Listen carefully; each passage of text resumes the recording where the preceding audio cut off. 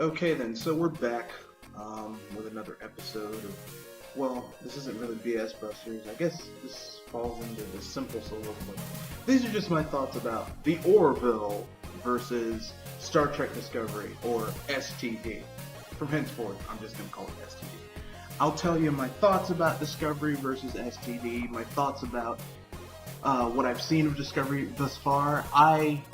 Full disclosure, I did not, I watched the first episode of Discovery on TV, and the second episode I did not spend any money on because fuck that. The second episode, I essentially went to a friend of mine who's a huge Trekkie and gets all that type of stuff basically free. Because the guy, like me, he's part of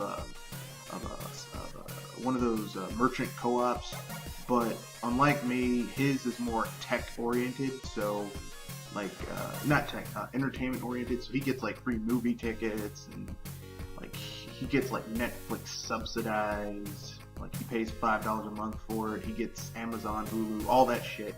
Like before I would. So essentially, I went to his house to see the episode 2 and 3 of Discovery. So that being said, here are my thoughts about Discovery, STD versus the Orville after the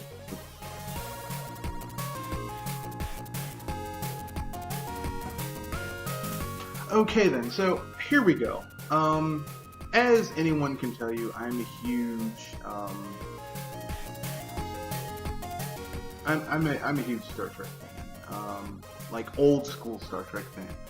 And even though I wasn't alive when the original Star Trek came out in 63,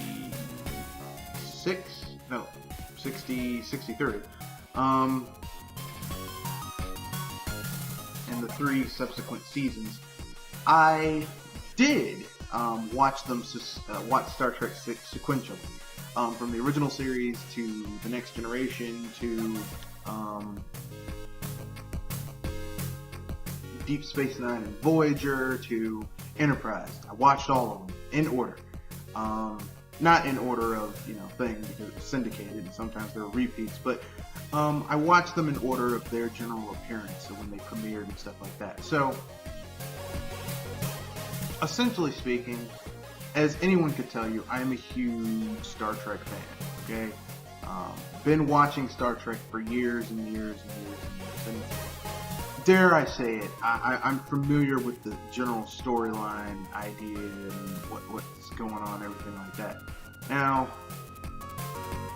what bothers me about STD is that STD is... Here's 3 things about it, okay? First of all, STD is being created by Alex Kurtzman. Alex Kurtzman, who along with J.J. Abrams basically ran Star Trek into the ground as a brand with Star Trek, the reboot, and then Star Trek Into Darkness, which, I mean, I think we can all agree was garbage. Star Trek the Motion Picture was, the J.J. Abrams reboot was not very good, okay? It wasn't Star Trek. It was more Star Wars than Star Trek. It was far too actiony, no real heady concepts, no moral allegory. It was just, oh, look, that shit exploded. Now, here's the thing, okay? If you want to see shit exploding, go fucking watch, go watch Star Wars. Which, to be fair, he kind of fucked up Star Wars, too. But when you're watching Star Trek, on the other hand, see, Star Trek is sci-fi, okay? Star Trek is science. It's harder science fiction that we're used to seeing, and hard science fiction is all about thinking and thought-provoking and that type of thing. Science fiction came about because of the rise of industrialization and what that meant to the common man. It was like fear of industrialization. So, in people's fear at first, and then people thinking about, well, what does this mean for me as, Joe Blow average person? Like, people were actually thinking about what does this mean, and that was a wonderful thing. People thinking about how eventually how technology could be used to better mankind. You know, a lot of philosophical concepts. Sci-fi was never really, hard science fiction was never really designed for, hey, that shit exploded, okay? You know, and, I mean, you know, I could say, well, look at H.G. Wells and Jules Verne. I'm not even going to take it that far. Look at one of the seminal sci-fi, the first sci-fi dystopian, metropunk, steampunk, cyberpunk classics, not Blade Runner, Metropolis. Metropolis is essentially a metropunk, steampunk style sci-fi movie, and I recently saw the restored version of it, and I'm telling you, man, it's science fiction. It's talking about, well, what does the advent of technology mean for humanity? How does that change how we interact with the different classes, the upper class, the lower class? Are you aware that the lower class essentially have to do the work in order to make it so that the few upper class can live the lifestyle they want to live? Like, it's you know, science fiction. Now, why am I going on about that? You know, I know some people will be like, well, get to Discovery. Well, Discovery is Alex Kurtzman's idea of Star Trek, which basically means the moral allegory, the tough questions, all that stuff is thrown out the window, and you get a lot of action that's fucking meaningless. You have characters that are like mad. And I know what some people want to say. What do you mean the characters are mad? Okay, allow me to elaborate. Okay. One of the main characters of this story is the main character of the story is Michael Burnham, who is a human who was adopted by Sarek, who is Spock's father. Okay, as we know, Sarek. If you're a Star Trek fan, Sarek, great diplomat, terrible father. Okay. Considering that, I mean, at this point he's had one child who managed to contribute to making the world a better place, Spock, the universe a better place, Spock, and then two children who were total fuck-ups, Sybok and now Michael Burnham. Because Michael Burnham's character is a total fuck-up. Like, we're told throughout this entire series, she's a great officer. What? There's absolutely nothing here that lets me know she's a great officer. She starts a mutiny in the first episode. This woman needs to be thrown in a jailhouse and never let out. Like, never, ever, ever let out. If you're a Star Trek fan, you'll know what I'm talking about. If you're a casual fan, you know, this is for you. But I just want to let you know, you casual fans who are watching Star Trek Discovery and CBS is really counting on you guys to carry it, where the fuck were you when Star Trek Beyond came out? Which is much better than anything Alex Kurtzman came out with. You know, you people basically tanked the franchise because you didn't go see it. So, yeah. But that's neither here nor there. This is my thoughts on Star Trek Discovery versus Star Trek Beyond. Star Trek Discovery versus STD versus the Orville. So basically, I'll give you my thoughts about that after the cut.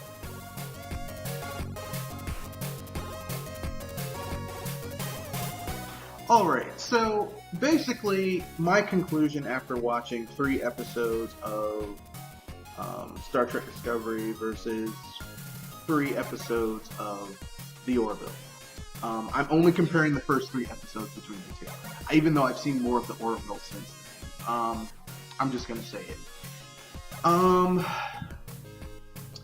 Star Trek Discovery is a generic science fiction show with a big budget masquerading as Star Trek.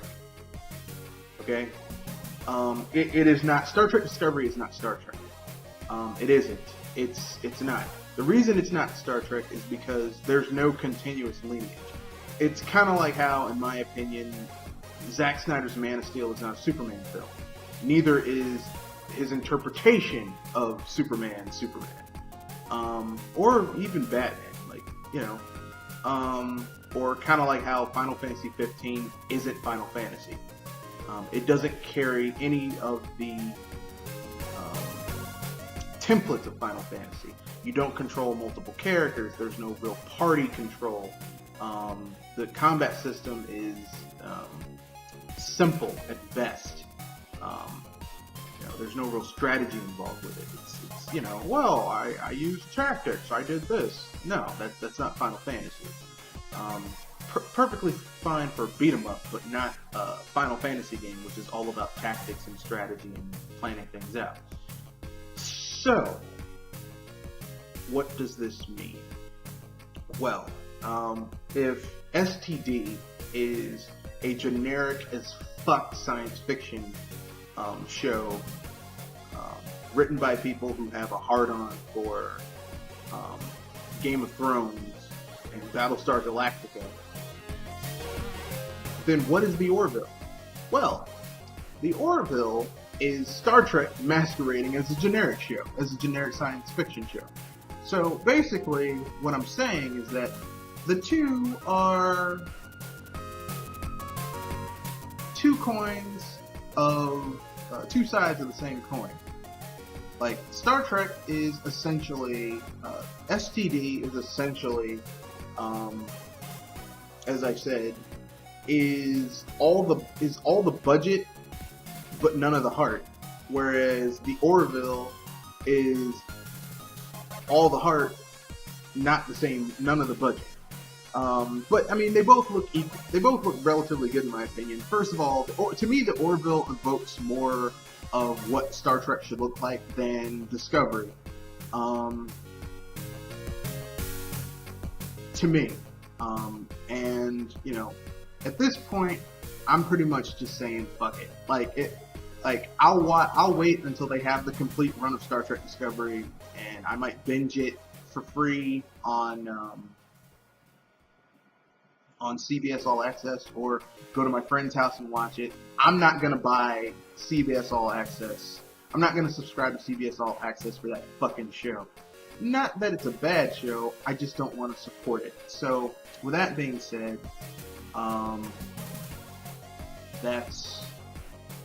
that's how I feel. Upcoming events and such after the cut.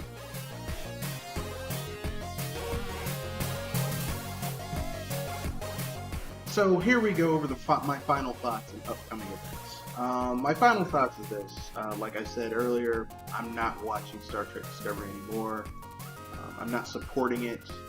I will not support the bastardization of one of my favorite franchises. I know some people are going to say, well, give it a chance. Fuck you. No. Because I've seen too many things I love in the industry where people say, well, we'll give it a chance, and it never gets any better. Microtransactions, well, we'll give it a chance. It got worse. Selling broken-ass games and then them fixing it after the fact with, patches and such. Oh, give it a chance. It got worse. I'm not giving this a chance. Fuck it. We're done. We're not giving it a chance. If you want to see a franchise that you love get turned into shit, you give it a chance. But me, I'm going to support something that is actually evocative of my favorite franchise. So no, I'm not going to support the bullshit. So with that being said, I guess the only thing left is to get with upcoming events after the cut.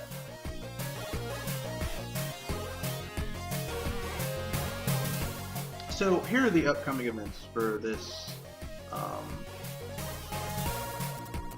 week. This Saturday, which is today, we have the Sci-Fi Power Hour. October is horror with horrible, with horror being the word horror in quotation marks.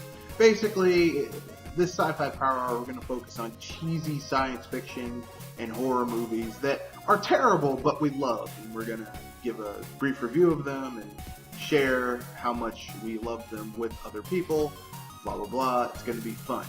Also, at 5 p.m. Eastern Standard Time. Fingers crossed. Dr. Feelgood is having a podcast. So, yeah, I'll probably be on that. And Sunday at 7 p.m. Eastern Standard Time, BS Busters is on board. We will also be having a Questionathon, so I will leave a link in the description where you can ask questions for the Questionathon, and we'll answer them. So, yeah. And this BS Busters is just going to be primarily us talking about the fraud that the Project Cars, well, actually, the Project Cars publisher, Bandai Namco, is trying to pull off, trying to hype people up for that shit again. So, with that being said, that's the end of this video. Enjoy. Wiedersehen. Go see Dr. Feelgood's podcast. Go watch today's Sci-Fi Power Hour, and also watch tomorrow's BS Busters. Peace!